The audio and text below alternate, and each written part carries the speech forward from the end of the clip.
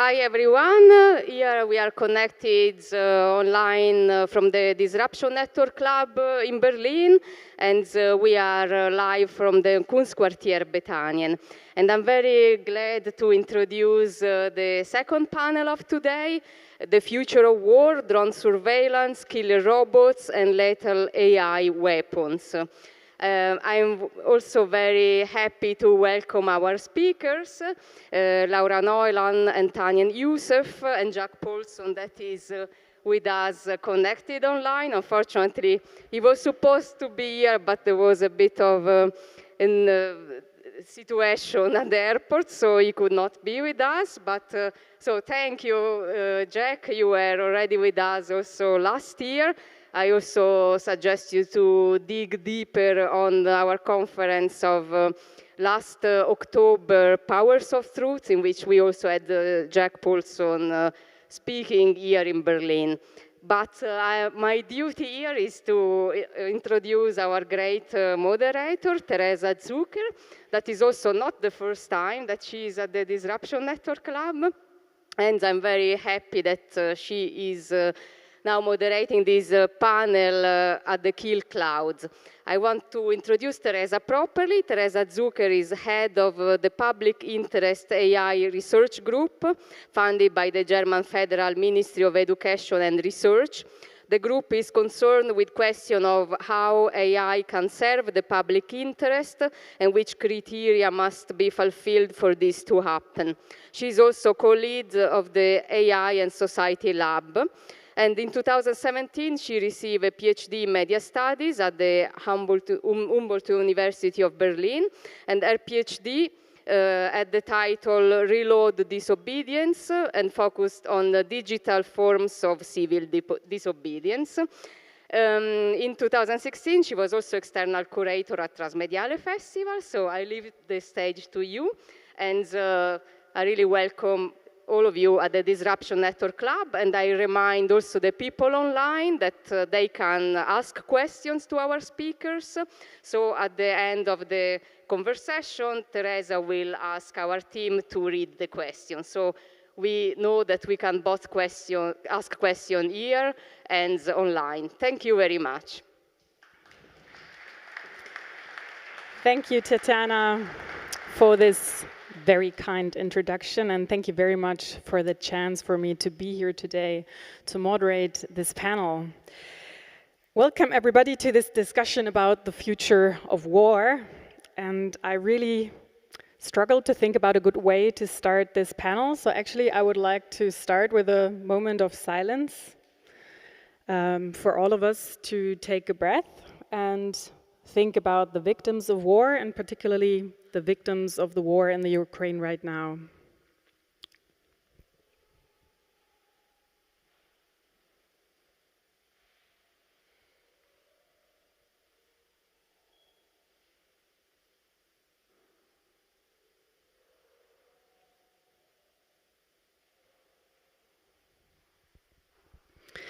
And I would like for this session to start with something for all of us to imagine. So imagine you know that you are under constant surveillance. Imagine your every move and your behavior is tracked from your cell phone and computer, from cameras on drones, transmitted through satellites to analysts around the world who are deciding if your behavior is suspicious. Every change in your behavior might make you a target. Being a target might mean that you become the victim of a drone strike. A targeted killing hitting you from nowhere. Imagine your family and friends witnessing your death without a warning. This is not a cruel fantasy about the future. This is the reality of civilians in countries under American surveillance, for instance, in Afghanistan right now. So this panel about the future of war that the keynote speakers today described as network-centric warfare is a lot also about communication and how communication matters for war, which it always has. The development of communication with the least delay was always an important factor to coordinate forces, to make decisions, and to take actions in war. So therefore, it seems logical that the digital network technologies have taken over also the battlefield. But the extent and the effects of this network-centric warfare have become inhumane, cruel, and also very dangerous, and that is what we want to talk about today. And the actors on that battlefield are not only military forces, but companies we know from our day-to-day lives. So for instance, we will speak today about Google and Microsoft's involvement, or Amazon and many others. Communication companies play a crucial role in military surveillance. And today we want to discuss what network-centric warfare means for us, particularly also for those who are the most threatened by it. We want to understand these technologies and pay attention to how they change warfare and how they change killing and how we can possibly stop it. So I have now the pleasure to introduce our three speakers today. So first of all, Laura Nolan, who is a member of the International Committee for Robot Arms Control. Laura has been a software engineer in the IT industry for over 20 years now, and she also worked at Google in Ireland as a staff-side reliability engineer, and I think she will explain herself what that means. She was one of the many people signing the Cancel Maven open letter, which called for Google to cancel its involvement in the US DoD's project to use artificial intelligence technology to analyze drone surveillance footage. She campaigned within Google against Project Maven before leaving the company in protest against it, and I think we will learn much more about that story in her talk. Also with us, at least on the screen, is Jack Poulson. He's the executive director of the tech accountability nonprofit Tech Inquiry. He also holds a PhD in computational and applied mathematics from UT Austin. He was assistant professor of computational science and engineering at Georgia Tech, and then an assistant professor on mathematics at Stanford University. So I guess he will be the person with the deepest technical knowledge. Yeah, sadly not in the room today. But after 2 years as a research scientist in Google's AI division, working on recommendation systems and natural language processing, he resigned in protest of the company's rolling back its international human rights protections, and he transitioned back into the nonprofit sector. And also with us today is Taniel Yusef. She's a journalist and an international representative for trade, economics and disarmament affairs of the Women's International League for Peace and Freedom in the UK, which is an international feminist NGO and actually quite long-standing organization. Tanjal is a tech developer coordinator for the campaign in the UK called Stop Killer Robots, which we will learn about today in her talk, I think. And this campaign was launched by organizations, for instance, like Amnesty International or Human Rights Watch. And she advocates in Geneva at the UN on this issue and will also speak about this campaign and its goals today. And with that introduction, and with no further ado, I would like to give the word to you, Laura. Thank you so much for the kind introduction. I'm just starting a stopwatch because otherwise I'll probably talk for literally hours. I'm so happy to be here. Thank you for having me here at Disruption Lab. I'm honored, and this is, I think, a very timely and important event. So just to give a preview of what I'm going to talk about, and I do not have any slides, so it's just going to be me talking. I'm going to talk sort of in a somewhat general and slightly philosophical viewpoint about the problem of AI weapons and automation and targeting and autonomous weapons. As mentioned, I was a tech worker at Google, and I left because of Project Maven, a major kill cloud project, if anything is. We're going to talk more about that later. I'm a sort of a generalist computer software engineer. I did a chunk of machine learning and AI stuff back in the mists of time, and like everyone else, I've forgotten a lot of the details of what I did in college, but I have done things like written neural networks. But my main focus professionally has always been around reliability in distributed systems. And in particular, we have a lot of autonomous software systems that do management of our computer systems, our software and hardware. So in a way, I do work with autonomous systems, but the good ones, we like to think. So the connection here with Google was that my team was one of the teams that needed to do work so that Google would have been able to run the kill cloud stuff in one of their own data centers, as opposed to simply building the kill cloud software and handing it back to the Department of Defense to run. So that was how I was sort of directly impacted by the kill cloud.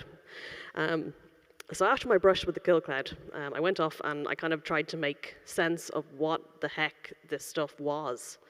I was pretty sure I was against it early on, and everything I read was pretty bad. But I went off and I ended up doing a master's degree in mostly military ethics, and I'm also doing a degree in strategic studies. So I think what I'm going to be talking about here is what I've worked out in those three or 4 years of study since. And like Taniel as well, I've attended quite a lot of the UN meetings on the autonomous weapons issue as part of the campaign to stop killer robots. So just to start with the definition of what an autonomous weapon is and what it isn't, it's a weapon that selects its own targets and applies force without human intervention. So we call this the critical functions of autonomous weaponry. And which, like I say, targeting and the use of force. There are plenty of devices that have autonomy in other functions, like navigation, or maybe things like stabilizing, firing a weapon while it's firing. And we don't consider those autonomous weapons per se, as long as a human is doing the targeting. So it's really important to sort of draw a line, we think, under those particular functions, which are, very much around the cognitive elements of what should we use force against and when should we do it. So, for example, people often say, but guided weapons are good because they increase precision, right? But we don't consider those to be an autonomous weapon because a human selects the target.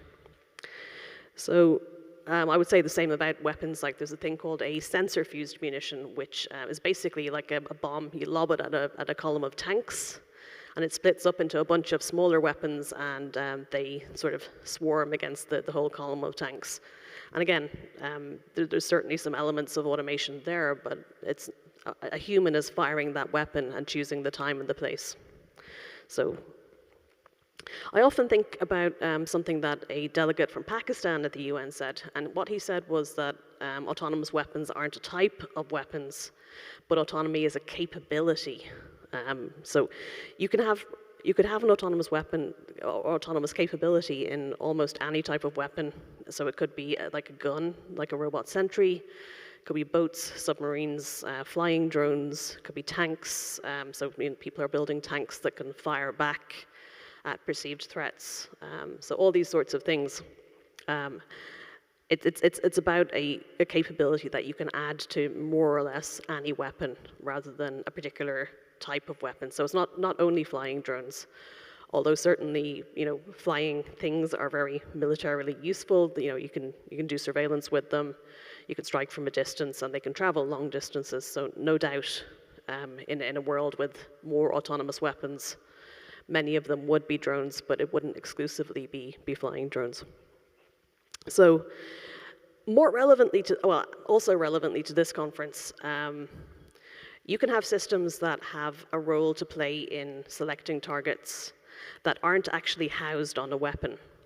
So thinking about sort of back-end cloud-based systems that do analysis of surveillance data and look for patterns and propose potential targets or sort of try to expose potential risks. That's not an autonomous weapon, but it's certainly an encroachment of automation and software into the targeting process, and we think that's something that really needs very careful consideration, because you can end up in a situation where a human being is being asked to make decisions to approve or not approve something that they don't really have enough time or enough context to make a meaningful decision. So, some people call this meaningless human control as opposed to meaningful human control, which is what we want. So what I always find very interesting is if you look at things like the US DoD's ethical principles that they put out, they address all sorts of things like, how they would build their systems and not having sort of self-learning systems in war, but I've never seen them address this question of how do you make sure that your systems are not reducing your operators to sort of button pushers. And that's, to me, a very key issue in these. So, one of the lessons is just that, we've seen this in all sorts of fields where humans have started to increase automation and software. So nuclear control, aviation, now self-driving cars. Humans are quite poor at supervising machines. People get bored. They start to trust the machine if it's reasonably good. So there's, really huge philosophical questions here about how do we ensure control in a world where we're starting to automate this kind of decision-making in any way. So I want to talk about a few sort of scenarios and types of targets that autonomous weapons might be applied against. I've already said that I think autonomy is a capability rather than a type of weapon per se. So we should think about what we're using these weapons against. So I think there are 4 main types of targets. So you can have static targets, that's like a building or a bridge. You can have mobile targets, which is something like a tank column that might be moving, or an army on the move. It's moving, but it's kind of slow, and you can kind of see it on satellites, that sort of thing. You can have ballistic targets, which are incoming rockets or missiles. And you can have elusive targets, and that's like somebody popping up in the deserts or in the mountains with a Stinger missile and shooting down your aircraft. So there's another kind of big separation in addition to those 4. You can have purely military targets, which something like a military base or a tank is purely military. And then you can have dual use type targets. So that could be a person is always dual use. I mean, you may be a combatant now, but like someone said, you might leave the military. You might get injured, and then you're not a combatant anymore. Other things that are dual use would be buildings that you think may have insurgents in them. If they're not a permanent military base, they're a dual use target. So thinking about targets in terms of those categories, autonomous weapons, you wouldn't really use them against a static target.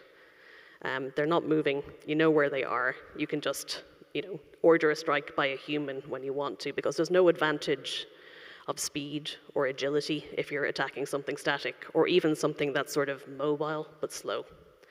If I'm attacking a tank column, I think I probably want my human being deciding when and where is most advantageous, right? Get them when they're going through the narrow pass or whatever, and they can't escape.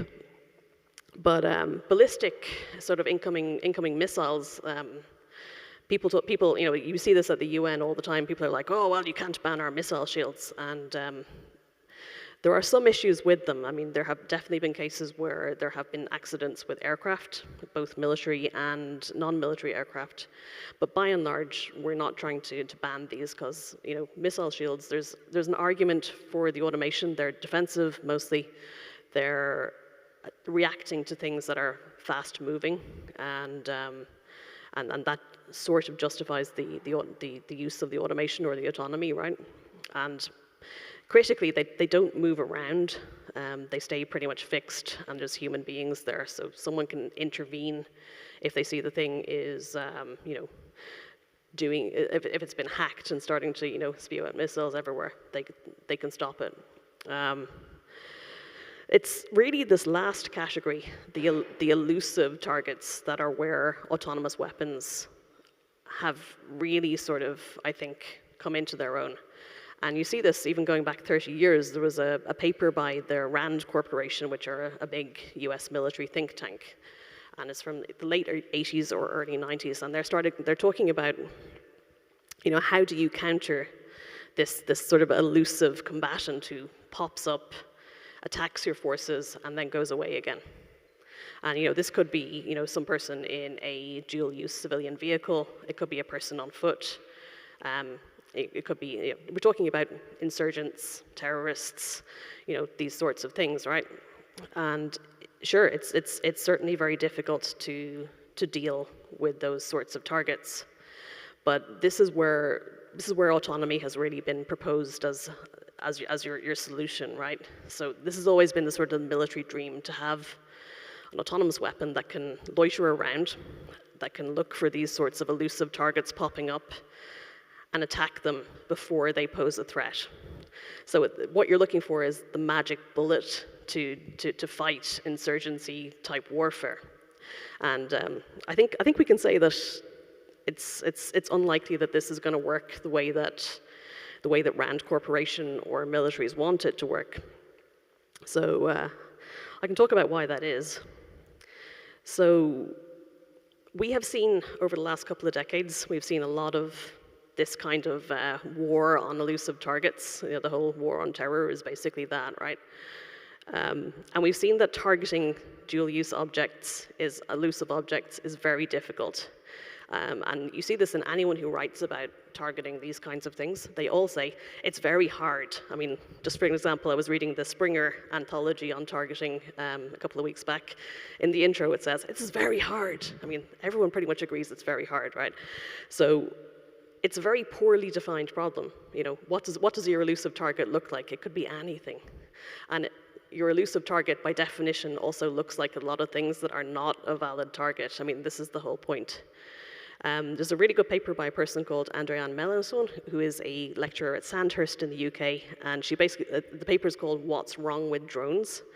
And she basically says that most of these kinds of targeted killing strikes, they just have a very poor informational basis. Unless you literally see somebody about aiming at your helicopter with a Stinger missile, it's just so hard to actually pick out whether it's a valid target. There's another really excellent paper by Kevin John Heller. It's called One Hell of a Killing Machine. And what he does is he takes a look at the criteria that the US were using during the war on terror. And he tries to sort of match them up with the rules of IHL to decide if they're sort of valid criteria or not. And he found that many of the rules that were in use just were not unambiguously sort of showing that the people targeted were combatants. So for example, men riding in trucks. A lot of places where men ride in trucks, right? A lot of places where men ride in trucks even with rifles, and it doesn't mean that they're combatants. A bunch of guys in hanging out together, sure, maybe they're a terrorist training camp, but maybe they're pine nut farmers. So you have all these errors, and it's just because the problem is so intractable. So can we solve this intractable problem by throwing a bunch of AI at it? I think the answer, as anyone who's actually tried to solve hard problems with AI, is probably no. If you cannot solve this problem accurately with human beings, you cannot solve it with AI any better. You just can't. I mean, one of the things about the successful machine learning systems and AI systems that we see in the world today, there's a few sort of characteristics of them. So first off, you need a reasonably well-defined and kind of stable problem, right? In tech, we always, we talk about, sort of the canonical system as being something that serves you pictures of cats. If I want to build you a system that decides if something is a cat or not in a picture or in LiDAR, I can do that because cats this year are pretty much the same as cats last year. They're the same as cats next year. Cats in Ireland are the same as cats in America, the same as cats in Afghanistan, right? This is not the same of humans, and particularly when you start talking about complex human behaviors. Changes over time, changes over place. In conflict, people are trying to subvert you. This is the very definition of an unstable problem, right? So this is a poor start, right? And then another big problem that we have, by and large, successful machine learning systems, you have a way that you can validate them in the real world to see if they're doing what you want or not.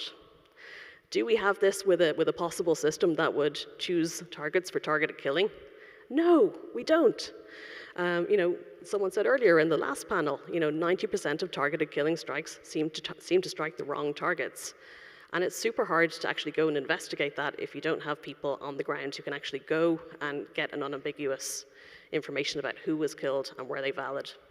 And these are very low information environments. You may think that you can look at something from above and know what's going on, but you really can't. You can't see what's happening indoors. You have a very kind of restricted view on everything.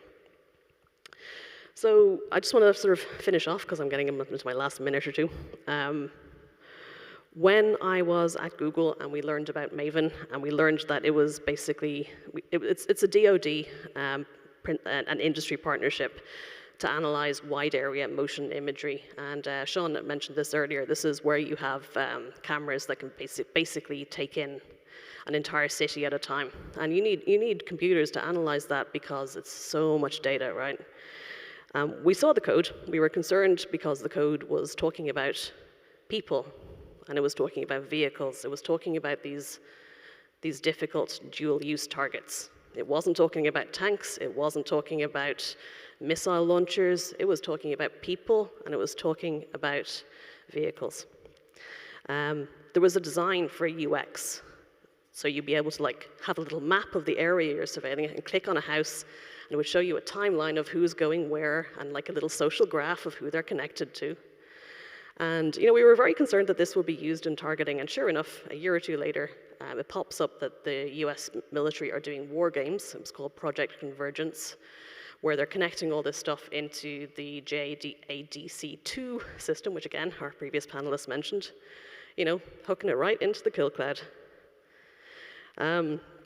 Another thing that's been touched on, I think we're going to talk about it a lot more tomorrow. There's a panel almost specifically on this sort of harm. I think the harm of living under this sort of mega intrusive surveillance cannot be overestimated. Knowing that your every movement is watched, it's going to stop you going out, interacting with people, taking part in your community and your society, because you know that every move you make exposes you to a risk of being targeted. And I thought this was bad back in 2017, 2018. I was horrified by this. And that's, why a huge part of why I left Google. I was horrified by this. But now, after 2 years of the pandemic, when we've all had our lives and our social interactions disrupted in that way, man, imagine living like that for 10, 20 years. Imagine that. I could say a whole lot more stuff, but I'm going to have to cut to the chase, unfortunately, but hopefully we'll have some time in Q&A. But I think all of these aspects of the kill cloud, I think the kill cloud, it runs on this horribly intrusive surveillance. It's horribly error prone, particularly the more automation we add in. And I think that it's hugely impactful on international humanitarian law and on human rights. And this is why I said no. I would not be part of this in any way, even as a small cog in the wheel, which is what I was. I'd rather be out here fighting the fight against it. So with that, I will stop, because I am over time. Thank you so much.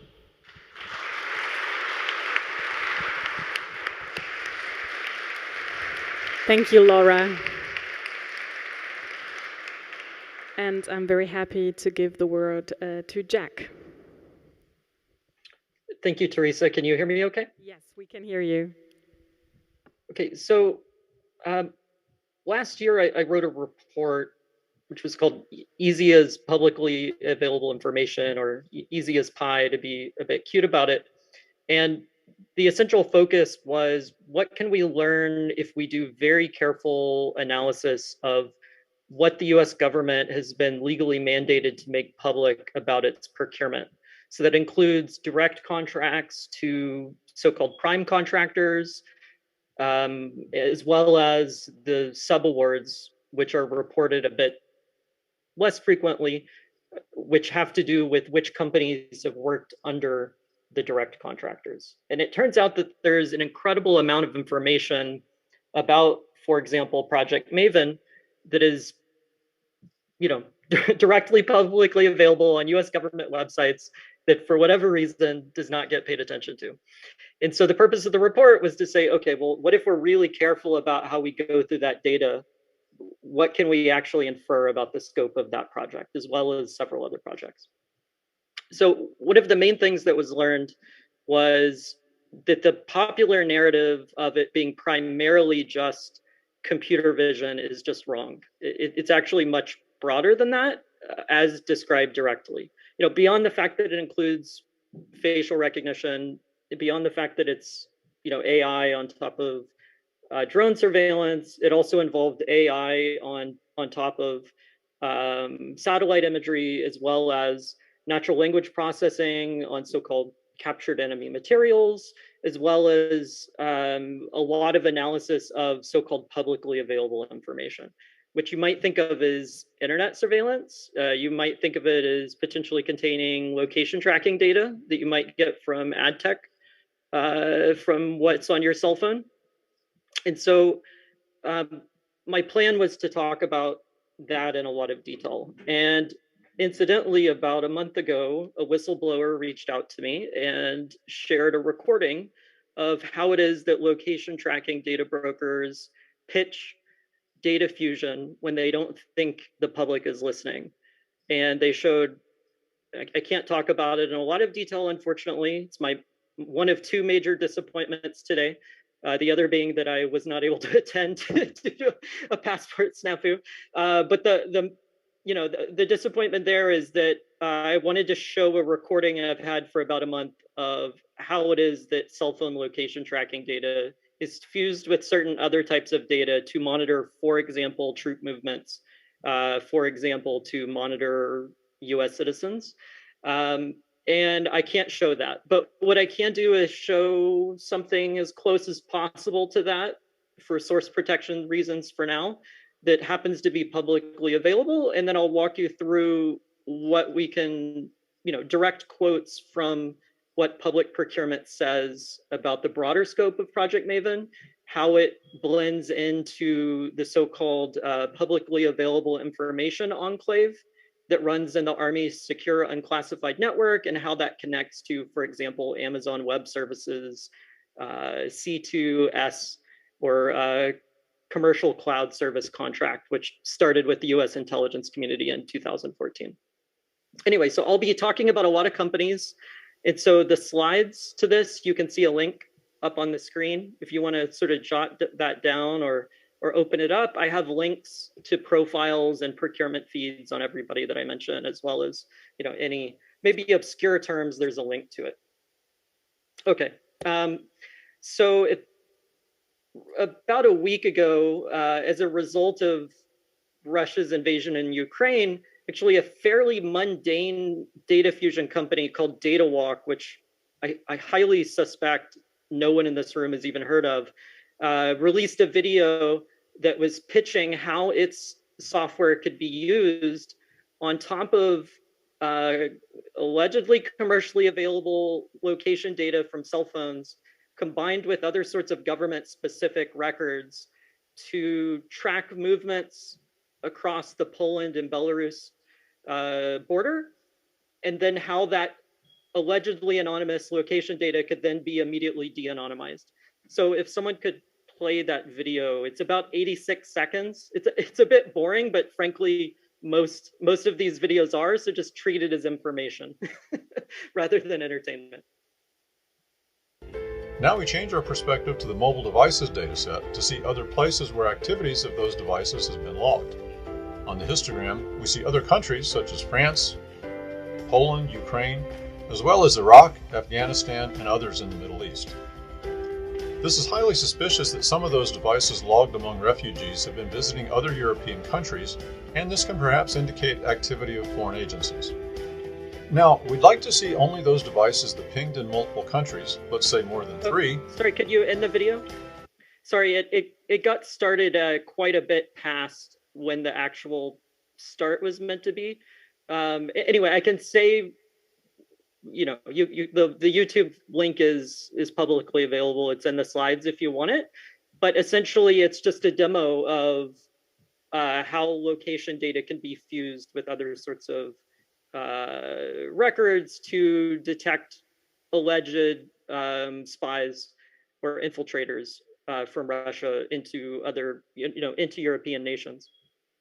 So really the point of it is to say that it's not even a secret that allegedly anonymous location data is very easily de-anonymized and regularly used by militaries in partnership with commercial companies. So that's really the point I wanted to make, is that data is absolutely fused with different kinds of for example, computer vision. So what I was surprised by in January was that a Department of Defense Inspector General report was made public about a review of whether or not Project Maven was following the regulations around the way federal procurement is supposed to work in the United States, the so-called FAR. And as part of that report, there was actually a breakdown of who the contractors were during a specific time frame on Project Maven. And it gave the usual overview at the beginning, again, really just describing it as I think the widely understood scope of just computer vision on top of drone imagery. So what stood out to me a lot was in the section where they named ECS Federal's 3 contracts on Project Maven, it named 2 of them that, as far as I'm aware, my report was the first to ever name several months before, that I had analyzed in quite a lot of detail. Now, for those who may not be aware, ECS Federal is a US government contractor based in the Virginia area, like most of them are. And it was actually the contractor that the Pentagon confirmed Google was subcontracting under as part of Project Maven. Around that time, it ended up being bought by a publicly traded company that used to be known as On Assignment. It's now called ASGN. But anyway, the 2 that I had analyzed in a lot of detail months earlier were the Pavement contract and the Kubera contract. Now, this DoD IG report really says literally nothing about these contracts. Everything about them is redacted. They also named a contract to Morse Corporation, which oddly enough, I previously found a contract on, as well as one to Carnegie Mellon University. And again, I think most public attention has just been Google's involvement under ECS Federal, but I will say that it's a bit frustrating to me just how small of a percentage that is on what the actual project was. And so actually at the moment, I've got a Freedom of Information request out for a classified review that was mentioned at the end of this DoD IG report. In fact, they basically said, please FOIA this at the end of the report. So I indeed FOIA'd it, but that's still under review, unfortunately. Okay, so to boil it down, the IG report said there were 4 contracts to ECS, 4 contracts, 3 to ECS, 1 to Morse, and then there was a cooperative agreement to CMU, but that was restricted to the time frame between September 2018 and then February 2020. The code names they gave for the ECS awards were Pavement, Kubera, and Bronze. Interestingly, I see no public evidence of anything named Bronze in public procurement, but I did find a later contract under ECS that clearly named Maven that was called Avalanche. And so I've linked to the report that I wrote about this last year, as well as linked to the information through the so-called procurement IDs of each of these 3 contracts. But I'll walk through a bit of what they say so that you get a sense of just how much you learn from public procurement relative to what even the DoD IG reports say. And again, I learned all of this months before the IG report. Okay, so one of them was named Kubera. It actually had another code name that's listed in the procurement later called Buick, which was an add-on to the Kubera Prime contract. One of the surprises, if you look through subaward data, is that it explicitly states that Clarify, which is a relatively small AI company based in the US, which actually was one of the biggest Project Maven subcontractors, I would say even the second biggest, according to public procurement, that they were contributing, quote, facial recognition capabilities. It also very clearly talks about publicly available information, or PAI, data aggregation.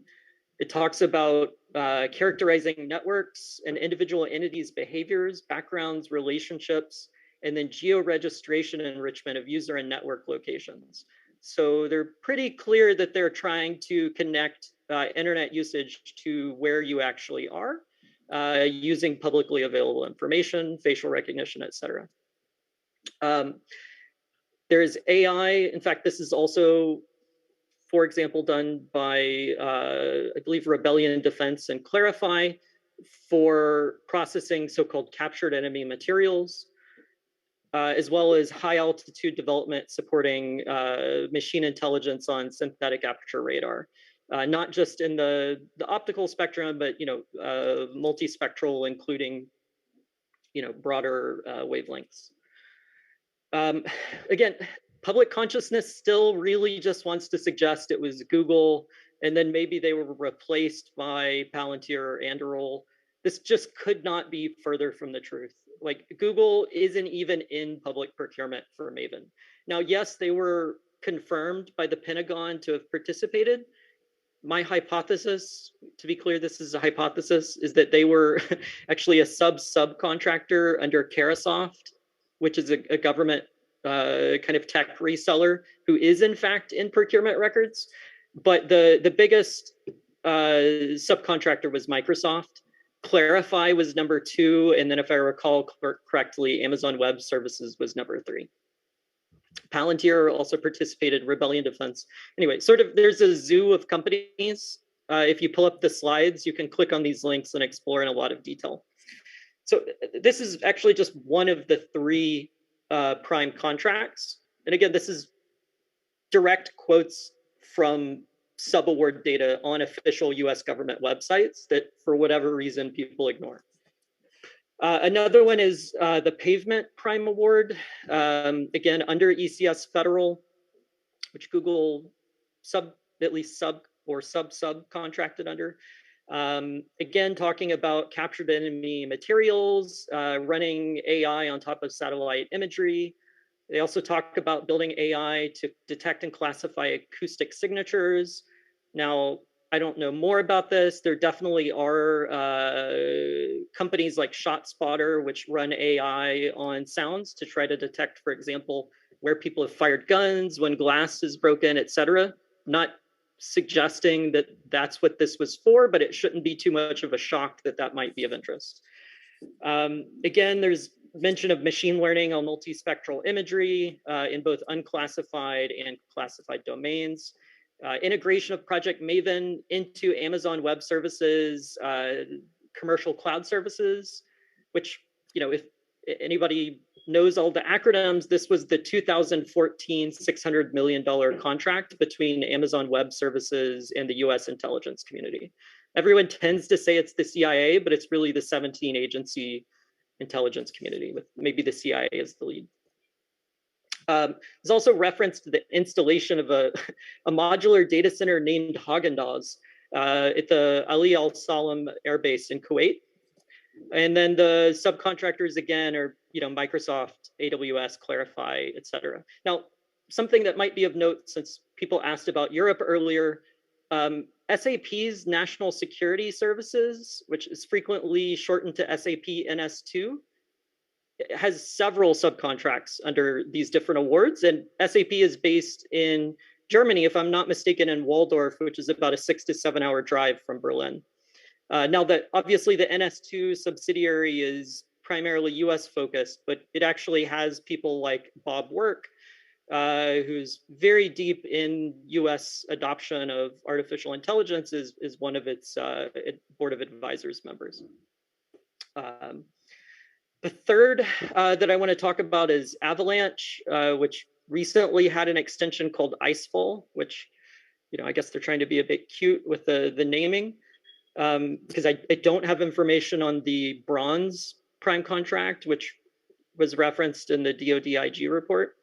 But this is, again, later than the range mentioned in the IG report. So you might have picked up a theme. This one talks about fused data output of various publicly available and commercial data, running artificial intelligence on top of synthetic aperture radar from the NQ9 Reaper drones. This is through a subcontract to Rebellion Defense, which is an Eric Schmidt both funded and I believe he's on the board of directors, or at least was, company that was started by Chris Lynch, who in fact was a major critic of Google workers like Laura not wanting to work on Project Maven. Prototyping a smart sensor to run AI at the so-called edge. Integration between Project Maven and the US Coast Guard's Minotaur ISR system. And then the subcontractors, again, not a shock. You've got Amazon Web Services, Rebellion Defense, SAP, IBM, General Atomics, et cetera. You know, General Atomics shouldn't be a surprise given that they're the ones that manufacture the Reaper. And then actually the other non-US company that's here is BAE Systems, which I think everyone knows is based in the UK and London.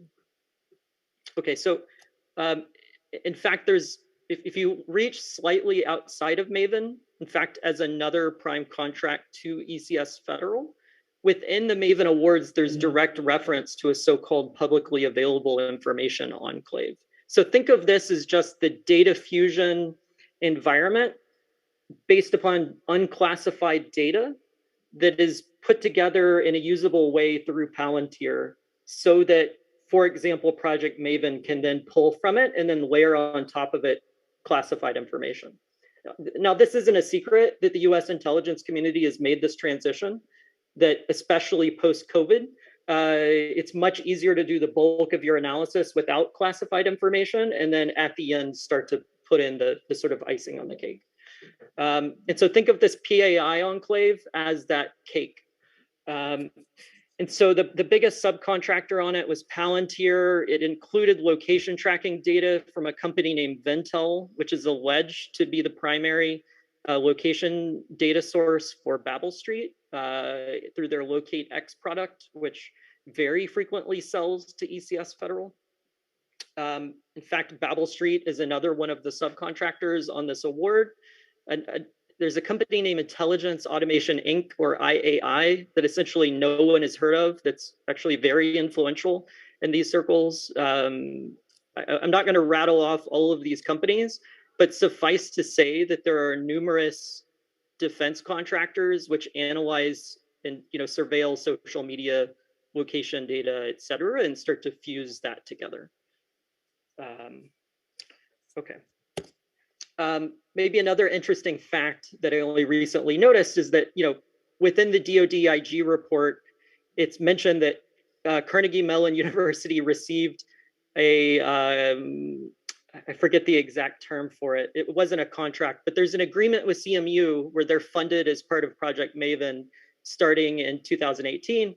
And in fact, if you look through Q2 lobbying records in 2018, you indeed see that Carnegie Mellon University directly lobbied for the US government to fund the official name for Project Maven, which was the, the Algorithmic Warfare cross-functional team. They've switched the words around a bit, but it's very clear that that's what they were lobbying on.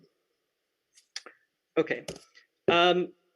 So I'm going to close with this. Again, this was all maybe a bit drinking from the fire hose, but I highly recommend that you download these slides and then actually click some of these links on different entities. Sorry, somebody's raising their hand. Does somebody want to say something before I go through this last slide? Or is that 5-minute mark? Okay, so just to you, yeah.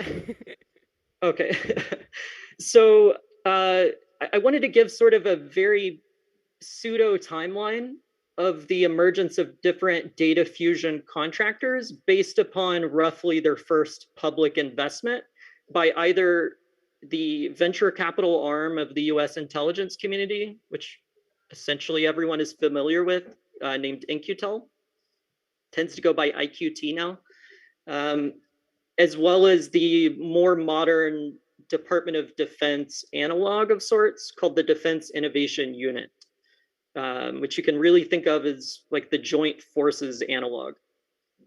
Okay, so obviously in 2003, everybody's familiar with Google Maps' predecessor Keyhole, having been invested in by In-Q-Tel. It's actually one of the companies where there's the least public information on any intelligence community relationships. Same year, there's a product named Indica, which was later bought by Oracle, which IQT had invested in. You could really think of it as having been an earlier version of broader forms of search in common operating picture capability. Palantir was invested in 2008. Geophedia, which is a company which actually more or less shut down, was invested in 2016. It was not legally shut down, but there was enough controversy over the way they were allowing for geofenced searches of social media based upon, for example, Twitter Firehose access, that the access through social media companies was later shut down. But in many ways, they blazed that trail. There's a company called OmniSci, which is originally called banned.The, that within the last few weeks just renamed to heavy.ai, that was invested in 2016. Babel Street may be the most, one of the most important so far, also invested in 2016. So you can kind of notice there was a big gap there. There was a few stragglers, up to 2008, but then in 2016, data fusion really started ramping up through IC investments. Transvoyant was closely tied to Lockheed Martin, and it competed actually against Palantir, and I have the contracts through FOIA in 2017 with the Defense Innovation Unit, but they were also invested in by IQT in 2017. They're not super relevant anymore, but they're, just to sort of name how broad this space is. Orbital Insight is very interesting. They're in fact backed by Google, or at least through Google Ventures. And they're also invested in by In-Q-Tel in 2017, or at least they were paid 2.4 million, according to 990s. And they're also one of the Project Maven subcontractors. Anduril, which very closely tied to Palantir, was invested in by the Defense Innovation Unit in 2018. According to emails released, or at least reported on by the Intercept's Li Feng, Anduril is one of the Project Maven either contractors or subcontractors. And then a very underappreciated company named Big Bear is worth talking about. It actually has a former very senior executive at the Department of Homeland Security as its CEO. And their CTO also previously managed data science investments at In-Q-Tel, and was also a director at Indica, which I mentioned at the beginning, which Oracle acquired. So there's a lot of, this is a small community. Big Bear actually, subcontracts with a lot of these groups. Anyway, so I'll kind of end there. There's a lot of more that could be said about more obscure companies that are subcontractors alongside location tracking data brokers. But really the whole point of this was to try to, let's say, infer as little as possible and just state, what do we know for a fact based upon public records? Let's talk about that. It's a lot, it's a mess, it's a zoo, but then maybe we can analyze afterwards. So thank you. Thank you very much, Jake. And thanks for sharing all that knowledge. And I'm also very happy to bring in a new perspective also by Taniel. So you have the word. Thanks. And it's really lovely to be joined on stage with Laura, who's actually a fellow campaigner for the Campaign to Stop Killer Robots, which is a global campaign. It's interesting having had the previous, the keynote speakers when Sean brought up Elon Musk. It's always very tentative when you're talking about industry, which I think we'll come to next with the Q&A.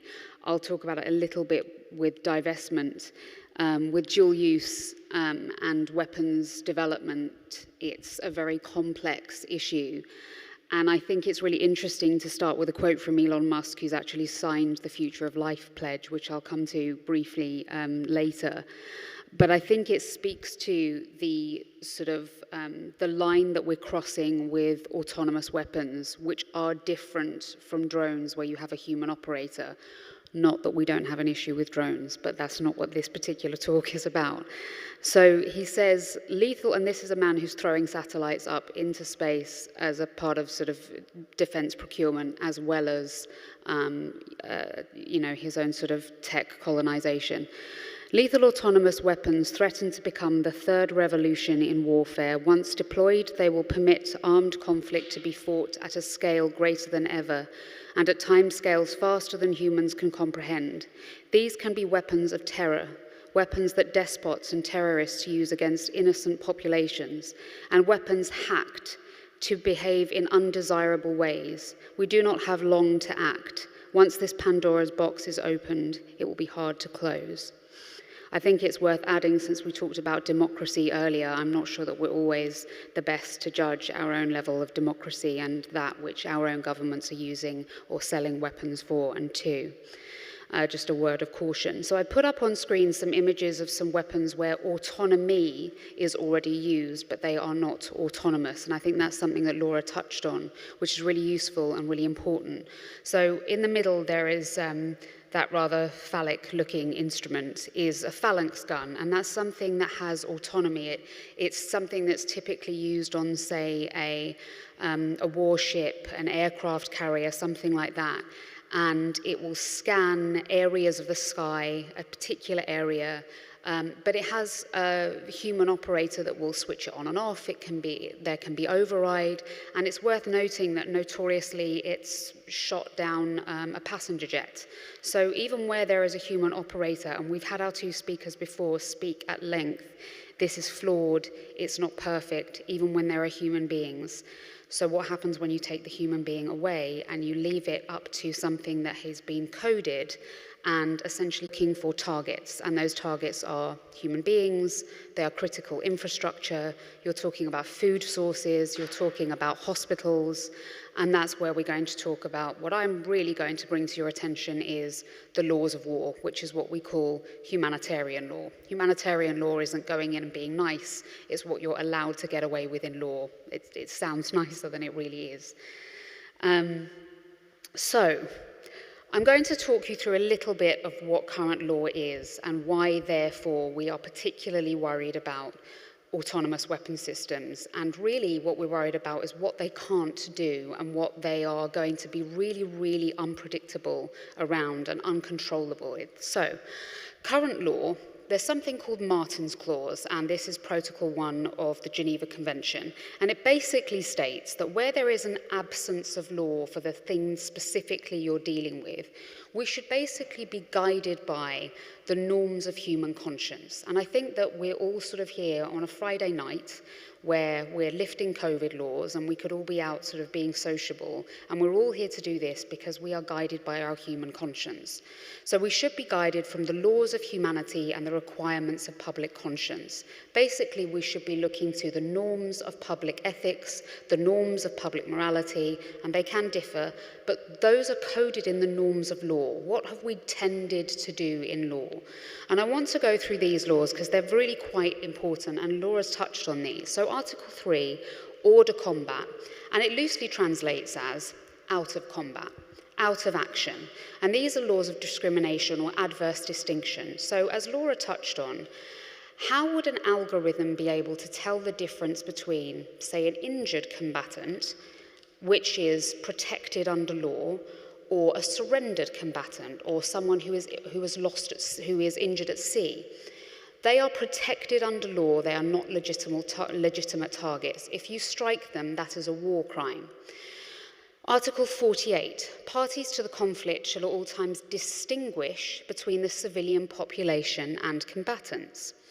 Article 51, you cannot be indiscriminate or disproportionate. Now I'm going to come to why these things are particularly important when it comes to using machine learning, algorithms, artificial intelligence as a basis for your weapon systems. Under Article 57, it is essential that parties to a conflict take precautions to spare civilian population or civilian objects. Well, that means you have to be able to distinguish between them. It means you have to be able to do reconnaissance that you can rely on.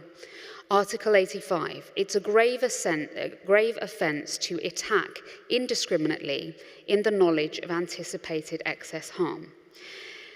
Now, if you're using algorithms that have been based on code that is decided by sometimes human labelers, sometimes you're using something which sort of looks for patterns itself, sometimes you're using a group of data which might be biased. Now, we know that statistically at the moment, and Laura might be able to speak to this a little bit in the Q&A, we know at the moment that there are systems that recognize mostly white, male, North American, able-bodied physical presentations and North American voices.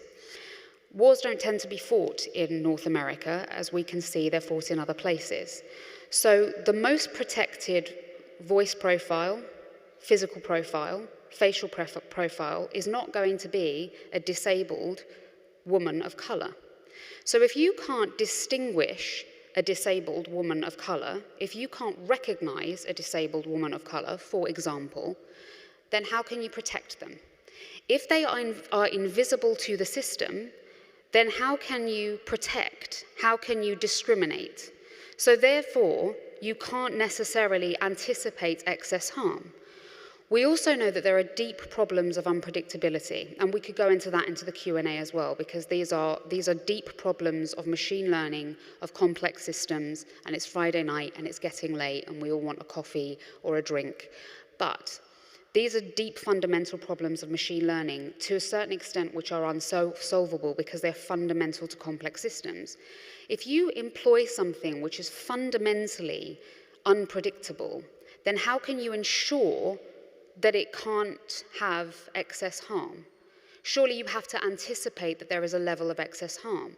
So to have something like that control your critical functions and hand over to it the surveillance and the targeting, and then the use of force over those critical functions without a human being interjecting, forget for 1 second the fact that it may be and is deeply unethical, then that's a war crime. So that's just employing the basics of current law. So here's just a list of some of the technology that might contribute, and this is set up perfectly by our keynote speakers, and then Laura has gone into that again. So facial recognition. I mean, if you've ever gone through an automated passport thing and you've stood there and you're complicit in it and you're standing still and it's trying to look at your face, it's already got your picture and it still can't recognize you. Now imagine if you're running and moving and the edges of your face are difficult to detect. There's all that dust and noise. You're creating so much chaos that is difficult for it to make sense of your face. Facial recognition is an incredibly difficult thing to get right when you include what we call the chaos of war. The chaos of war is one of the noisiest, it is the noisiest environment that there is when it comes to data. War is famously 9/10 nothing, 1/10 just stochastic, what we call stochastic noise spikes. And if you're training something to look for patterns, sometimes, I mean, this is one issue, it's not the only issue, there are lots of them, and we could spend a lot of time going into them, but it's just one particular example of the sorts of things that a system might be terrible at picking up, is if it's trained for a certain kind of statistical average, and that's what it's used to, and then there's a spike in information, it might say, I don't recognize that, it's irrelevant, and it might sort of clean that out of its data and think, well, I don't need to know that, and miss something that's statistically extremely important. And that might mean that it behaves unpredictably, or it misses something that's extremely significant that it needs to see, which could result in targeting a human being or missing that there's an important factor in its environment. This is I put that image in there because we're used to seeing a sort of cartoon image of these things. How am I doing for time? Yeah. So what this brought about is really sort of the tech community, as well as civil society experts and people like my brilliant colleagues coming together and saying, we really need to alert the legal community and states delegates to say, we're really deeply concerned about this. And that's, if you don't recognize him, that's Antonio Guterres, who is the UN Secretary General, actually saying, I call on states to ban these weapons. And in July 18th, 2018 was the Future of Life Pledge, where thousands of roboticists, scientists, ethicists all came together, tech workers, people like Laura and the institutions they work for signed a pledge to say, and I will read it to you in a slide or two, we will not be part of or contribute to any technology that builds these weapons. So just a brief history of the campaign. In 2016, 36 states expressed concerns over killer robots to the UNGA, that's the UN General Assembly First Committee. In 2016, those states established a group of government experts. So when you hear us talking about we go to the UN, that was sort of the first iteration of that. The UN GGE is under the banner of the CCW, which is the Convention on Certain Conventional Weapons. In 2017, the Campaign to Stop Killer Robots, which is our NGO campaign, presented an open letter to the CCW delegates. And in 2021, a petition to negotiate a new international law on autonomous weapons garnered thousands of signatures. In 2021, an open letter to the German government was presented from AI researchers, and as it stands, 68 states have called for, in some form, prohibitions and obligations to come into the form of a legally binding instrument. So this is the Future of Life Pledge, and it's been signed by many, including Google DeepMind, the University College of London, Stephen Hawking, Noam Chomsky. And it says, we the undersigned call upon governments and government leaders to create a future with strong international norms, regulations and laws against lethal autonomous weapons. These currently being absent, we opt to hold ourselves to a high standard. We will neither participate in nor support the development, manufacture, trade or use of lethal autonomous weapons. We ask that technology companies and organizations, as well as leaders, policymakers, and other individuals join us in this pledge. So why is this relevant? Well, historically, and we get told this a lot at the UN when we campaign by those states that have a special interest in never banning any technology that can contribute to weapons development because it's an industry for them and they want to support military endeavors. And they get told that, well, we can control and we will regulate our own weapons technology and we'll do it very responsibly, which of course is not something that we can ever trust any government to do in a non-transparent fashion. And their arguments are that treaties don't work if the main developers don't sign up to them. And we have a history of the fact that there are treaties, and they do exist, and they have been supplements to existing law because they exist. Has it switched? Yes, good. Blinding lasers. There were scientists who were horrified by the fact that blinding lasers, the technology that was being developed, could, in war or in border control and policing, and don't forget that the technology that's talked about in international law and international fora is the kind of thing that then goes into rogue states, goes into other kinds of mal actors, and then goes into border control and policing. So this isn't just something that we're talking about in war. This then eventually trickles down. So it's really important to remember that. This isn't just going to be in a context. Think border control, think policing. You've always got to remember that in your mind. So whatever we're doing in the UN, in whatever forum, and it will probably move out of the CCW, which we may come on to. So blinding lasers, they were horrified at the fact that you could instantly blind a soldier in some combative situation or in policing. And they were outraged by this. Eventually we had the banning of use of blinding lasers, but we still have laser eye surgery. So the argument that's often said to us is, well, you can't ban a dual-use technology because you'll prevent the development of this technology. It's a ridiculous argument, and don't ever let anyone try and pull one over on you on that one. It's a nonsense argument, and it's their responsibility to protect the technology and regulate maluse. That is their responsibility as a state. So it's not an argument. Biological weapons were banned, chemical weapons, the nuclear weapons, recently the treaty to prohibit nuclear weapons. The things I will bring up that's useful here, and I have to close soon, is that with the Chemical Weapons Convention, Mine Ban Treaty, and Convention on Cluster Munitions, they prohibit under any circumstances the use, development, production, acquisition, stockpiling, retention, transfer, and assistance with those prohibited activities, and they apply during peacetime.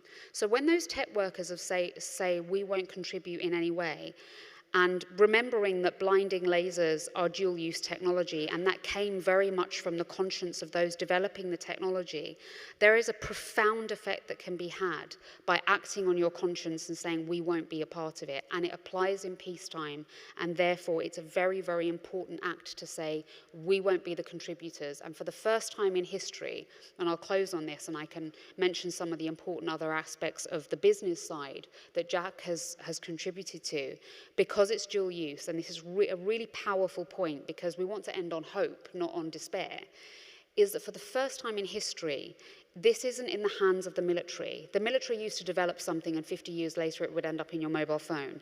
That's not how it works anymore. It's the private sector and the commercial sector and universities and other institutions which are developing this stuff, and the military is trying to court them.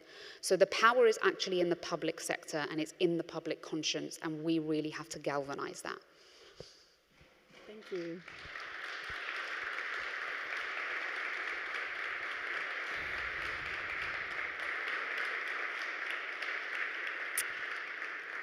That's actually a very interesting point that I would like to pick up in a little bit. But before we do that, I would actually shift the perspective and start in a way that we very often don't do when we speak about technology and private companies. I would like to speak a little bit about the perspective of the victims first. And I wonder, like, was the description that was totally just my imagination in the beginning, was that in any way accurate, or would you add something to that to make it more accurate? Yeah, the mic. Would you give us your description again? Yeah, I kind of like started by saying, like, imagine you would be under surveillance. Mm-hmm. Imagine that at any moment you change your behavior and that might make you a target, and being a target might mean that you become the victim of a drone strike. And that means that your family and friends might witness your death, like, without any warning. I think there might be people who are at this conference that could speak to this more accurately than we could. But yes, to my understanding, I mean, that is what it's like. I mean, I've read a lot of accounts where people say it's terrifying knowing that, and you can hear surveillance drones above. You know that so many people in your community have been targeted for, reasons that are completely opaque. So yeah, I would say it's probably a pretty terrifying experience. Maybe Taniel, can you say something about the number of victims and also the types of becoming a victim? Because I think even being a bystander or something like that makes you a victim of sorts. I would have to look up numbers. I think our keynotes probably would have a better statistic on numbers, but I remember when I was doing ground research and I was in an area and it reminded me of a documentary I'd seen that a colleague had made where there was a child who said he was really upset and said, "I hate blue skies because when there are blue skies, the drones can see us." And I just remember thinking, what world do we live in where we've made children afraid of blue skies? But I remember being out and there was a drone, and it looks like a bird. And there was no hum, it was just this sort of this lurking, ominous thing. And I mean, as a researcher, it just sort of feels like this weird sort of distant voyeuristic thing. For that to be a normal part of your life, I can't even, I mean, for me, I can't even compute that. Yeah. Just on the numbers, I think one thing that's really important to say is that there's very little transparency about the numbers of non-combatants killed in drone strikes, or even the number of combatants. And I think possibly I know there's folks from Air Wars in the room here. I mean, they've done a lot of great research on this, and so have the Bureau of Investigative Journalism, although they've now stopped. So you can get numbers. You'll get radically different numbers depending on who you ask. And you know, one of the issues that we've seen with remote warfare over the last decades is there's been so little transparency about the numbers of people killed. There's been so little transparency about the processes and systems that are used to make the decisions. And I think one of the speakers said it earlier in the previous panel, you know, when we start putting more decision making into code, it does reduce transparency because you have less human eyes on everything. It's very easy to make sweeping changes in policy with very little oversight, and I think that is, you know, given that we're already dealing with an area that's so lacking in transparency, it's a huge concern. Just to pick up on something Laura said, that is really an essential part of this, is that we're talking about data, and you're talking about national security. And one of the conversations we have at the UN, well, I mean, we have informally, is no state is going to share their data. They're not going to share where they took it from. They're not going to share what it contains. So how would they ever regulate any kind of threshold for action when it comes to data? They're just not going to do it. And don't forget that this data is going to be scraped from everywhere. And the very fact that they're taking it often is some level of human rights abuse, because it violates privacy, because they have to take it from somewhere. So even before it gets to the stage of coding, they've violated something, and they're not going to tell you that, or they're not going to tell you the how, or the why, or the where, or the what. And no state is going to share their data. So how are they possibly going to have a reliable kind of best practice, which is what they're trying to do, which is ludicrous. Let's turn a little bit to the technology, and I'll just ask the question, and maybe bits and parts of the answer can come from each of you, because I wondered, we heard a lot about the contracts that are out there in public. We learned a lot about the possibilities of systems and how they were discussed, but what do you know about what is actually in use and what degree of automation is actually applied? And can you give us maybe something like a more graphic scenario for a layperson to understand what that means in warfare right now? I'll start with a couple of examples. So one of the older kind of autonomous sort of mobile weapons that's in use is the Harpy, or Harop, which is made by IAI, which is an Israeli company. And this is a loitering munition, as Sean mentioned earlier. What a loitering munition is it's basically a drone that flies around, and if it decides to attack something, it sort of turns into like a kamikaze, and will just fly at whatever its target is and explode. So the Harpy had an autonomous capability. What it's designed to do is fly around in a particular area. It seeks out any sources of military radar and will bomb them, and it can do so autonomously. The idea of this is, if you want to take out your enemy's air defenses so you can gain air supremacy, this is a great technology for that. You send in your drones and hopefully take out your enemy radar. Then another more concerning, well, I mean, not that that's not concerning, because there's certainly potential for accident there, but a really concerning example is the Turkish Kargu drone. This is a quite small quadcopter loitering munition. And there's not full transparency about everything that it can do, but it is known to have facial recognition capabilities, which is very concerning. Because remember, first off, do we want to be automating kill lists? Very questionable.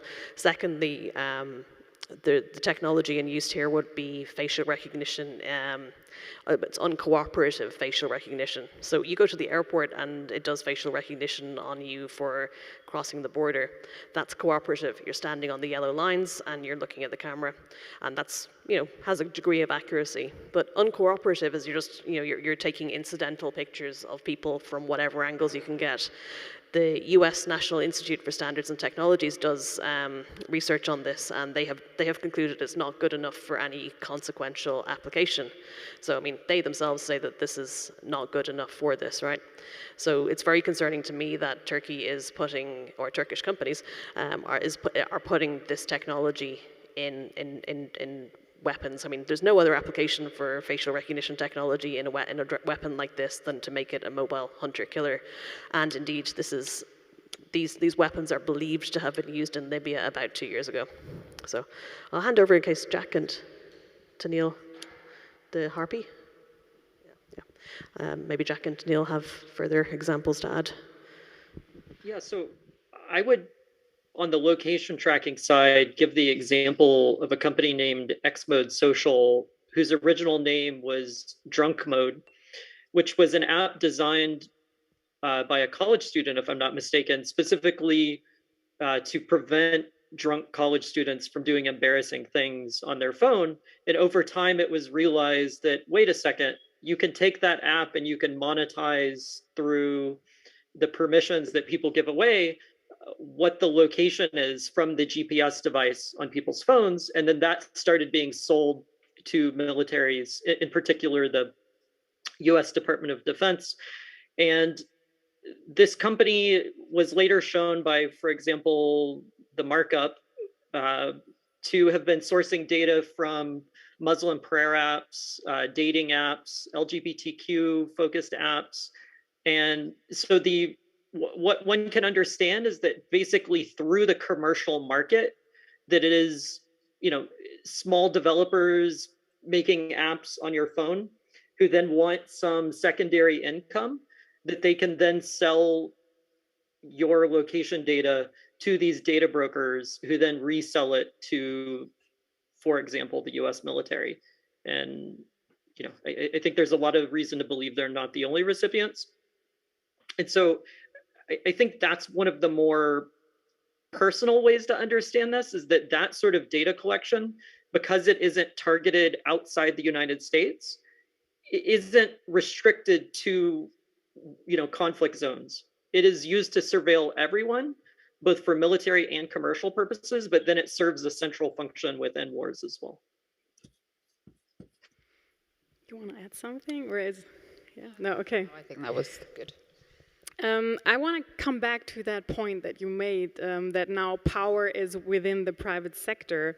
And I'm not sure if Laura actually got to the part of the consequences to the open letter and the protest within Google.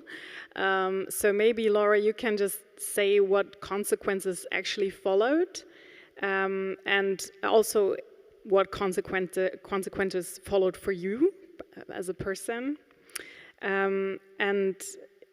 Maybe let's stop there and then think about the bigger picture in the next step.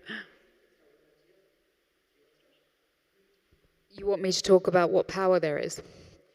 Yeah, maybe we can come to that in a second. I would, because I think actually the consequences were not shared with the audience, so we haven't yet spoken about how Google reacted and what the status is for Project Maven now, and I think we need to share that first. So I should say, I was only one of many people fighting against Project Maven inside of Google. So Google did two things eventually.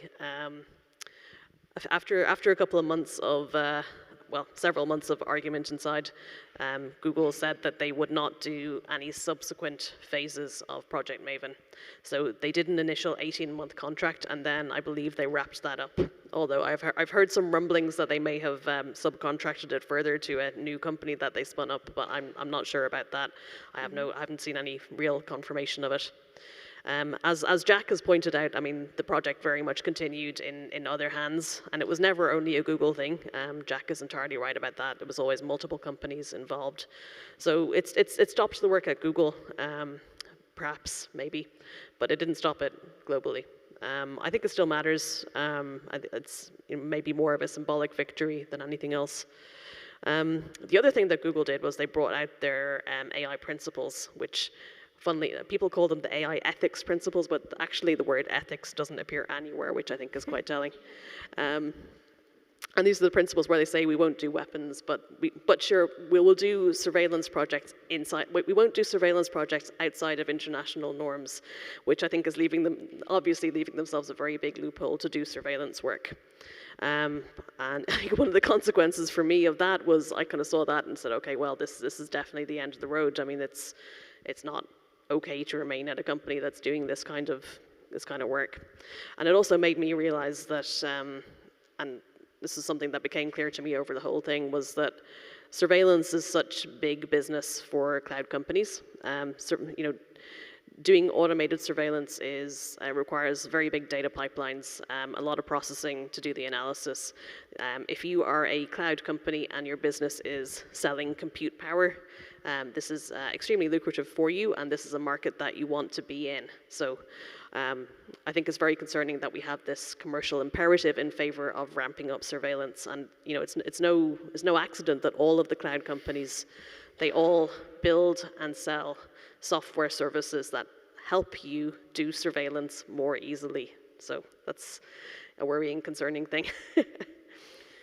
It definitely is, but I also think it is kind of a good example for hope that actually your cause did have some effect. So if we kind of think of all the companies whose involvement we learned about in Jack's talk particularly, what do all of you think, what is necessary to create a pressure for IT companies to actually resign from this type of involvement?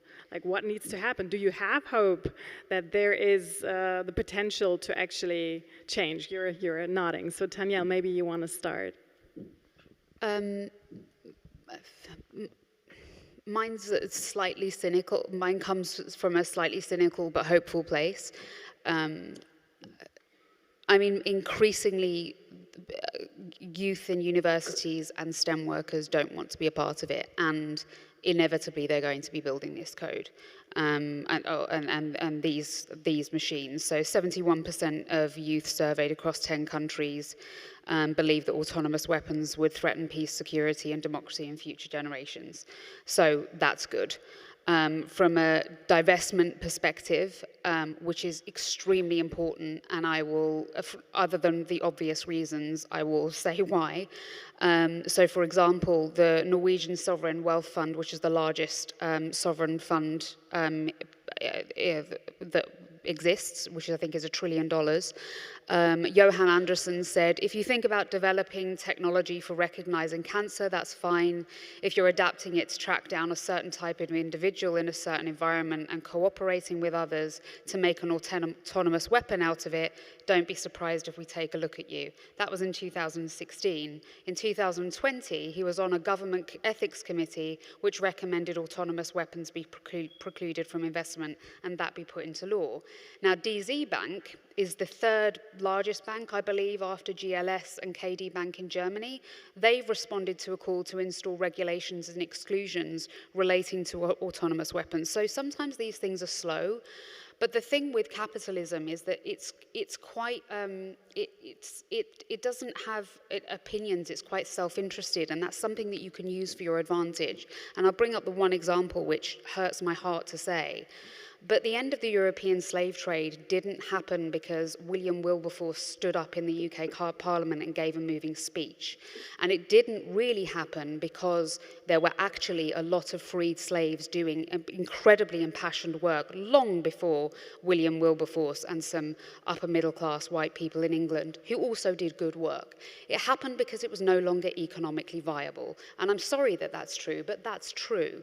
So if you can actually convince them that it's not in your economic best interest to build this technology because it's actually going to hurt your investment, then that's really how, unfortunately, often you change things. Because not only does money talk, it also walks.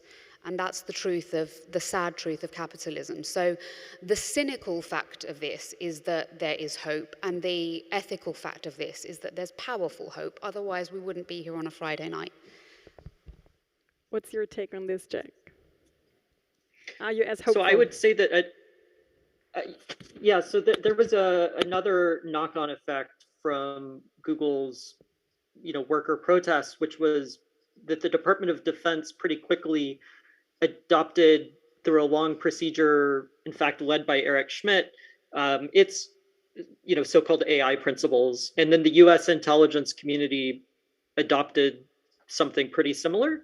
Now, it turns out that when I asked in a Pentagon press briefing, how that has impacted the Department of Defense continuing to procure Clearview AI, Xmode Social, Everalbum, et cetera, the response was, oh, well, actually, the ethics principles have not in any way impacted who we buy AI from.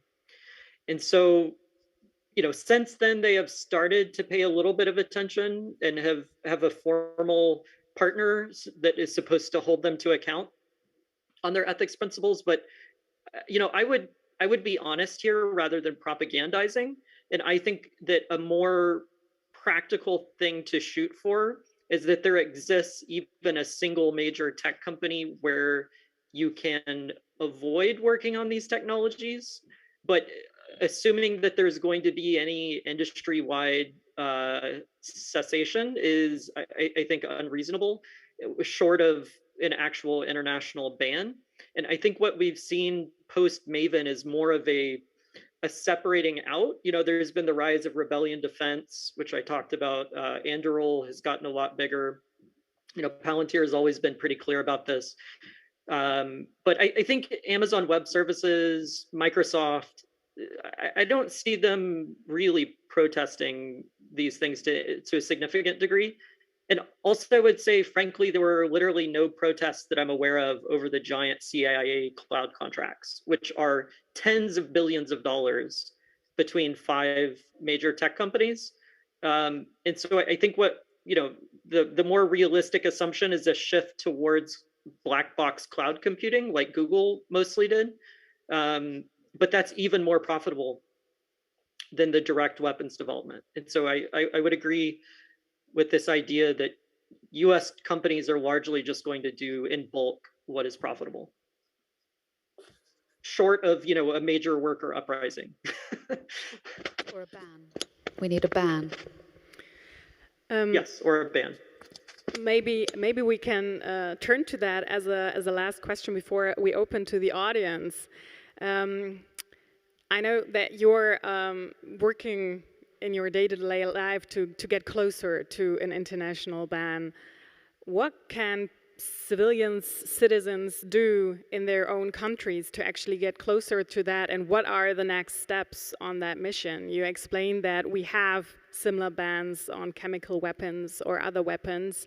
Like, what are the next steps that need to be taken, and how can people create, for instance, awareness to certain events that are important on that road? Thank you for that question.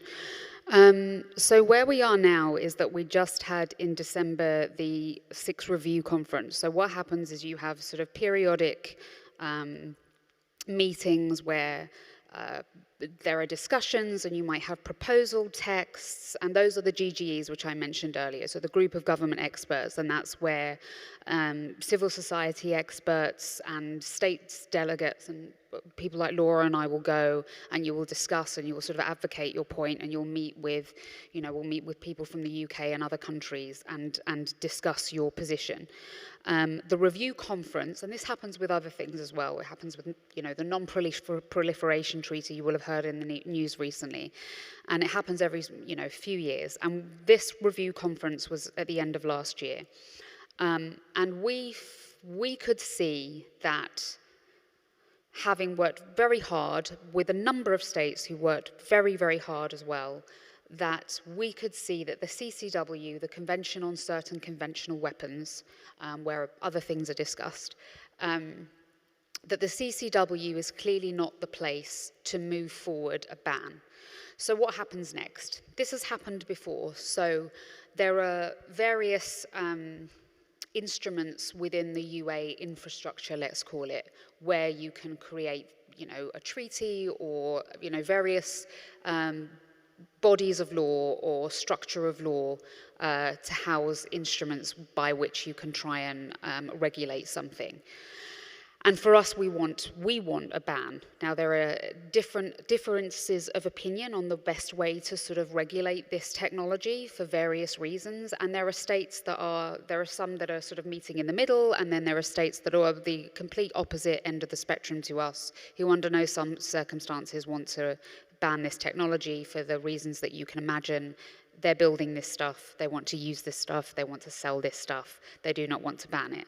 The kinds of arguments they give are, it will make things more precise, and that's actually deeply humanitarian because fewer people will be harmed and fewer soldiers will be harmed.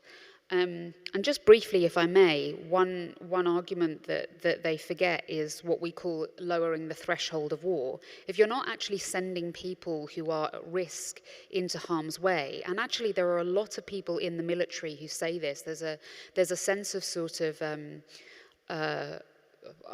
dare I say, honor in I am willing to risk myself if I am willing to take a life. There is a sense, there's something deeply unpalatable for people that we've spoken to, many in our campaign work, who've said there is something deeply wrong about being willing to have that kind of distance and saying, I'm completely anesthetized from this process, but I can kill at that distance. And that's the overwhelming response that we've had from people in the military.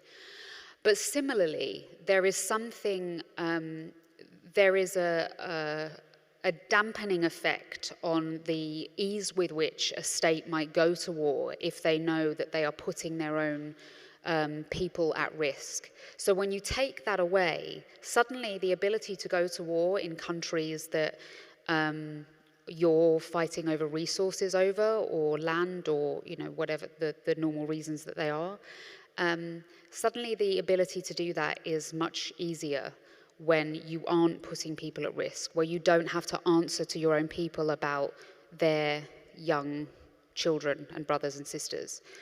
When you can just say it's just robots fighting robots, when of course that's not the reality. You are going to be harming civilians, you are going to be missing and getting civilian infrastructure. That is the reality. But if you can make that sort of clean argument, then that's what we call lowering the threshold for war. So even the argument they try to make, not only is it not true because it's not going to be that precise, it's actually not going to be precise, it could be wildly off target and quite harmful, but it's also a deeply problematic argument because it actually makes the sort of ease with which to make those trigger-happy decisions and really upset geopolitics much more problematic. So we are pushing for a ban. We are pushing for a preemptive ban because this is the kind of technology that is much more easily to regulate. It's easy to hack. It's easy to download. This isn't nuclear weapons. I can't go off into my home office at home and just download a nuclear weapon. I don't have access to highly enriched uranium and plutonium. This is something that is much easier to access. It's much easier to fiddle around with. Once this is out of the box, I'll go back to the Elon Musk quote, we're really in a problematic area. We have to get into this one early. This isn't just a machine. It's much more elusive than that. It's much more dangerous. But there is hope because universities don't want to get involved. Banks, there are banks who are opting out. We have ESGs, we have, so there is a lot you can do. You can be aware of it, and it's not as simple, I don't just mean write a letter. I mean, you can seriously, whoever your MP is, there is stuff happening in your country, your parliament, your banks. This is productive, relevant, alive stuff. You can join the campaign, you can sign petitions, and there is a lot to be done, and it's very timely, and it's there really is. There have been campaigns that have been harder, I would say, than this. So I think there is a lot to do. Actually, there is a question in the audience, and also to the German people here. Actually, there was actually a push from German scientists already to push our new government to support an international regulation. So also in Germany, there is a debate and it is happening. But I think Lisa wants to ask the first question. So say there is a ban. It's not like a cluster bomb that you can see. It's not like a nuke that you can look at. How do you monitor that it's not happening? I can speak to that a little bit. There are some ways, and it's certainly a very difficult problem, as you say. So this has been discussed a little bit. So one thing that you might do is where you have remotely operated weaponry, you might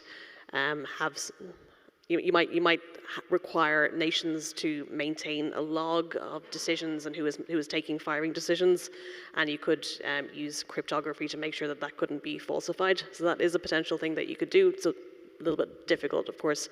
You could have, you mentioned inspections earlier in your talk as well. Potentially you could do that. One of the difficulties with doing inspections is that it will be relatively easy to change code. Another thing that you can do is you can monitor if strikes are happening in cases where communications in the area is jammed, or there's no line of sight to kind of communications mask. Then you would know that things were happening outside of communications range. And then finally, there are, obviously whistleblowers exist, which could be another line of defense, although possibly not entirely reliable. But I think it's not entirely hopeless either as well. I mean, it can't be said that every single arms control treaty that exists right now has really strong enforcement, because they don't all. So I think I always think that there is some value in trying to sort of establish this as a moral norm as well, and a ban would help with that, even if it wasn't 100% enforceable and inspectable all of the time, if that makes sense. Possibly some of the other speakers may have points in that also. Could you repeat the question? I didn't catch it. I'm sorry. Can she get a mic again?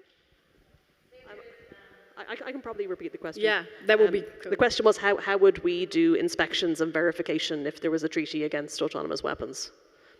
That was... Yeah. So yeah, I mean, if there is a ban though, so the second to last thing that you said is workable and the whistleblower is workable, but the rest, I can tell you, it's not workable. It's technically possible, but I think it will be difficult to get everyone to agree to it.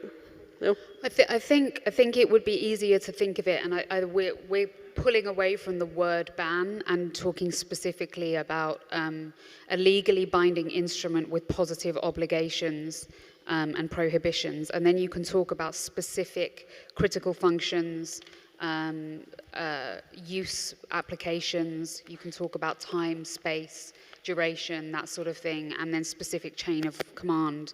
And then I think that's a different ball game as opposed to sort of verification of a whole system, because then you can pinpoint those functions and uses, which I think is slightly more tangible. Is there another question? Yes, over here in the audience.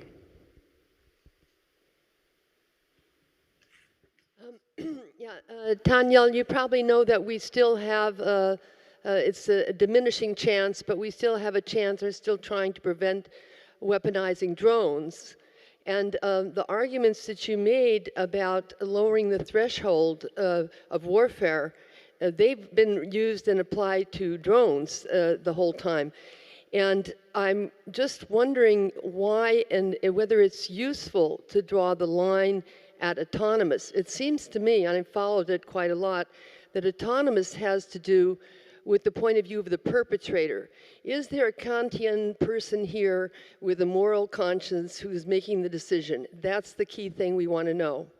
From the point of view of the victims, they don't know and care if the decision was, if the targeting was done autonomously or by some, or whether there was someone somewhere in the loop who pulled the trigger, even though that person, as the drone pilots tell us, usually don't even know exactly whether the data they're making the kill thing on is, whether that's accurate or why it's being done. So I'm finding that it's making our job harder, that the killer robot movement has put so much focus on this issue of autonomous, because I will tell you, every politician in Germany from right to left swears they will never do autonomous. don't worry, we're going to arm the drones, but we won't do autonomous. Don't worry, we're just not going there autonomous. And so it raises for me a question, could you guys not, as many artificial intelligence experts have said in petitions and so forth, try to put the barrier on arming any more of these weapons, whether autonomous or not? So I completely understand the question, and I completely understand the question. I have a lot of my colleagues, so I probably shouldn't say the organizations, a lot of my colleagues work specifically on drones and on killer robots and have to tread that line. And when they step into the killer robot space, they have to engage in, this is a separate line that you are crossing that we absolutely have to prevent you from crossing. And then they have to go back into tackling exactly what you're speaking about. But in the killer robot space, there has to be the prevention of crossing this line, which they have to tackle separately. And I don't think they can say, but if we stop you from going into autonomy, it's going to hurt the drones campaign, because because going into full autonomy is completely taking out. I completely agree with you. The person on the ground doesn't have any idea who was involved in the strike, but I don't think that changes the fact that handing over to full autonomy completely takes out human accountability, which is a fundamental part. I mean, that is a fundament of international law, which I don't think speaks to what you've just, I don't think that can contradict what you've just said. We cannot have a situation where we essentially undermine international law, which is based on the fact that we have accountability. And if you take a human being out of the loop, we don't have accountability in a chain of command anymore. And we can't have that. So I would gladly have my drone campaigners here to answer that question, because they have to tackle that tentative step change all of the time. But as campaigners, we are often going into several spaces all the time. I mean, there are some who are dealing with explosions in urban spaces, and they have to cross all of these lines all the time, and you have to deal with one thing separately. But I don't think anyone is saying you can do that, but you can't do this. I mean, if they are, I think they're just not very clear campaigners. So can I respond a bit? There's a direct question over there. Yes, can we get a mic? And you also have online? Okay. Yeah, no, that was very interesting comment just made. So what would the difference be between a kill list and a drone strike taking place, a personality drone strike, and then characteristics being placed within an algorithm and autonomy? Did you hear that? I didn't quite get the question. I was just saying, based off the back of those comments, what would the difference be between a kill list being executed via a drone strike and then some biased characteristics being programmed into an autonomy system? I mean, I can start on this. I mean, obviously, I don't think either human-generated kill lists or programmatically generated kill lists are good things. I'm going to say I'm against both of those. I do think that there are additional issues when you start bringing more autonomy into it, either in the actual conduct of the strikes against people who happen to be on the kill list, or on the generation of the kill list. And I think I'll deal with those slightly separately. Firstly, I think there is more risk when you do more automation. I would take a long time to explain exactly why I think that, but fundamentally, I think it's because the more that you delegate to automation, the less the further you are away from human decision making, the further you are away from human intention and supervision. When you program a system, you're essentially trying to make all your decisions up front, which is in the complicated real world, it's impossible. And then I mentioned earlier all the issues that exist with facial recognition. Equally, issues exist with other ways of trying to identify an individual, such as relying on mobile phone data. So it's all bad. I mean, they're both bad. They're bad in different ways. Then in terms of trying to using automation to actually determine who should be on such a kill list, again, just I think that it's a bad way of warfare either way, and I think it's not effective either. I mean, I think history has shown that it's not effective in the most recent wave of global conflicts, just the duration that they've been going on. But there's been good research as well that shows that they're just not effective against most organizations when you talk about decapitation attacks. But adding more automation, like I said, it reduces transparency, it increases the potential for mistakes, which is already extremely high. And, I think, again, reducing the threshold in terms of, I think we've seen from our previous panel, there's a lot of people who are just not willing to do this work. And if we can automate more of that away, you need fewer people to be involved in that intelligence analysis. So in that way, it's also, increasing states' capacity to do that sort of killing and reducing the threshold to go to war. So that's what I would say to that. Anything to add? No, not really. I mean, so if I could. Jack also wants to answer. Yeah, sorry. So I had been hoping to return to one of the earlier questions, both in the chat, which was asking, have these systems been used in Yemen, as well as the concern over, what about just general pushback on arming different nations? And I think there could be a lot more attention paid to which companies are openly exhibiting. For example, at events like UMEX in the UAE. So for example, Anduril has openly been exhibiting there in the last few months. 2 US facial recognition providers, for example, Real Networks and Trust Stamp, have been pitching in the Middle East, for example, to the UAE and to Saudi Arabia. And what I find kind of fascinating is as much, let's say, left liberal opposition as there is to some of these technologies, some of these companies literally help fund some of the most progressive media that even exists, and nobody even talks about it. So for example, Real Networks, I would argue they don't get nearly the attention Clearview AI does, simply because they are in progressive circles. They have very significantly historically funded progressive media. And in fact, to this day, the CEO still funds Democracy Now! While he's selling facial recognition on autonomous drones to the US Department of Defense, and his company is pitching his facial recognition to the Middle East. And so I think when people talk about this question of how do we verify whether this technology is being used, I would say, frankly, we're not even paying attention to what's being exhibited. We could at least start there, and we could at least maybe start in our own backyard as to who it is that we kind of actually get upset about being involved in these sales. Thank you. Do you want to add to that?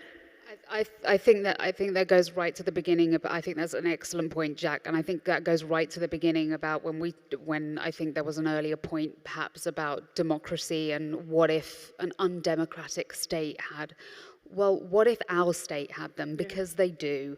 And, look what we're building. And, while we have the cheek to talk about our pontificating about human rights, and we should be very, very grateful that we're allowed to do what we do and exist at the will of. But I'm from the UK, and my Prime Minister has just gone cap in hand to Saudi Arabia, where we sell. That is on our top 30 watch list of human rights abuses, where I think it was how many people were just killed, where there's the greatest famine currently in Yemen, where how many years of war, which the media has just frankly got a little bit bored of now. Where it's not just a humanitarian crisis, it's a war, but we sell them arms and had the cheek to stand there and shake hands and our Supreme Court suspended arms licenses because they wanted to see if perhaps they might be unlawful, which only lasted a few months, and actually the existing arms licenses were still being fulfilled at the time. So the arms trade to Saudi Arabia never really stopped. But he's doing an oil deal. I mean, those contradictions are rife. So we need to be self-aware, and that's actually how we can change things. Instead of buying into this distraction, it's still important. It's still extremely important. It's not that other countries don't exist and important things aren't occurring, but the self-awareness of the power that we have in our own country, and the fact that, and I had this discussion with a colleague of mine the other day, the one thing that we can say about our own countries and the incredible hypocrisies that they embody is they still have the ability to blush. As much as they will lie and they will do these things, we can actually shame them into doing the things that they say that they do. They still have the ability to blush, and there is a power in that, even though they are deeply hypocritical and doing things that they like to pretend that they are safeguarding. And there is something to be said in that, at least. Actually, I think that's a fantastic last word to this panel, and I want to thank you all for your talks, and I want to thank the audience for wonderful questions. And yes, I hope you also attend the other parts of the event, and yes, have a good evening.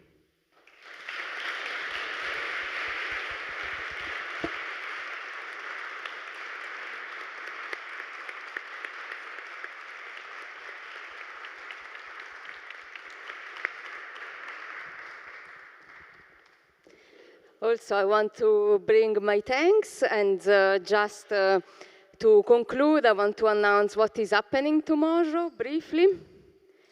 But first, I want to thank you very much for this great panel. It was really important, and also I'm very happy to see that the audience is still all here. This is really great. So tomorrow, we are starting at 4. And actually, we will speak about these topics even more in depth, because we have a panel about the discourse of the consequence on the drone war and the use of AI for the kill cloud on civilians. And we will have with us Chantal Meloni, Emran Feroz, and Khalil Diwan. And then after, we have Brandon Bryant, that is coming to Berlin after 7 years that he was at the Disruption Network Club in 2015. And he will also bring his own personal perspective, being a former sensor operator. And after that, we will have the screening of National Bird by Sonia Kennenbeck, in which we will go more in depth into the discourse of whistleblowing in connection with the drone war, but at the same time also on the consequence on civilians, especially in Afghanistan. And the film won't be streamed, so this is important to tell you to come back to watch the film here. And after the film, we will have a question and answers with also Lisa again, that is also one of the protagonists of the film. And we will also speak directly with the perspective of people that are very familiar with the situation in Afghanistan. And also this panel won't be on streaming. On Sunday, we will have our workshop program. First, a workshop from Emily Tripp and Clive Wellis about the work that they are doing at Air Wars in connection also with very important monitoring of civilian harms through geolocation. And finally, we will have the workshop with Agnese Trocchi and Jacopo Anderlini to play or be played, uncovering gamification techniques. So from what I know, the workshop Collateral Damage, there are all still places available, so you are also free to register online. And with this, I conclude, and I thank you very much, all of you, and also Jack that is online, and we will meet tomorrow at 4. Thank you.